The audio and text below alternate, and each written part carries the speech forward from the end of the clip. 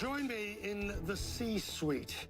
We call it the C-suite because only those who get interviewed here have chief somewhere in their name, or president or minister, chief of this, chief of that, somewhere in the higher echelons of a company, the people who run the company. And executives here, well, when they're here and in the boardroom, they open up about their earnings. Executives today are much more reticent to open up about revealing their own personal struggles. Success and money are no cure for depression. That's often compounded by a fear of looking weak.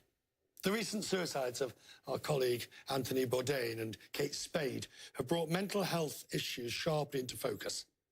The executive coach, Elizabeth Karasha, joins me from Los Angeles. Good to see you. Thank you. Good to see you, Richard. I can think of times, I think of the bank CEO in the UK that admitted that he had mental health issues or challenges, and it was very difficult for the market and for investors to understand and accept that. Yeah, you know what? It happens all the time. When you're at the top, when you're an executive, when you're a CEO, you feel very isolated. People expect you to know everything and know what to do at all times because you're at the top. But the bottom line is you don't always know what to do. So you want to have trusted advisors. You want to have a coach. Potentially you want to have a therapist.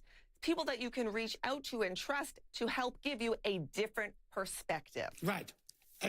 Except I can see the board being somewhat horrified, erroneously horrified, if they find out that the chief exec has a therapist. And maybe, these people have got to where they are because they've taken no prisoners and they've climbed the greasy pole, to use every cliche in the book. Now we're suddenly discovering they've got feet of clay.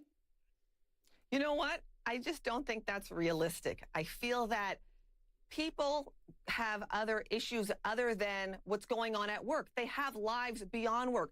Divorce, death, aging parents, kids on drugs. Sometimes we need that extra help. So we're more focused, and so we can improve our company. I understand what you say, and it makes sense. But if you are, and I suppose I'm sort of saying that the man or woman at the top has to be Superman or woman, but if you are responsible, let's say, for 250,000 employees and $1 trillion worth of goods and orders, do you really enjoy the luxury of saying, I'm feeling a bit down today?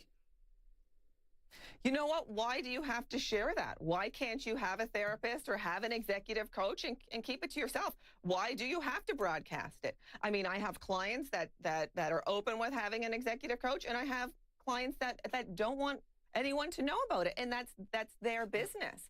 But I think it's smart for them to reach out for help, and I think it's important that us in society change that stigma that there's something wrong with you if you have a therapist. Living in New York City, everybody has a therapist. No big deal. Well, before we finish, I do need to just question you. Forgive it, straight out the blue. Bit of an ambush here, but you'll be all right. We saw today Indira Nooyi is retiring as CEO of Pepsi. Now the number of women in the C-suite of Fortune 500 at the chief exec level is dropping quite sharply. What's gone wrong? Well, what's gone wrong? Look, there's a lot of things that are happening, and the dialogue and the conversation is changing.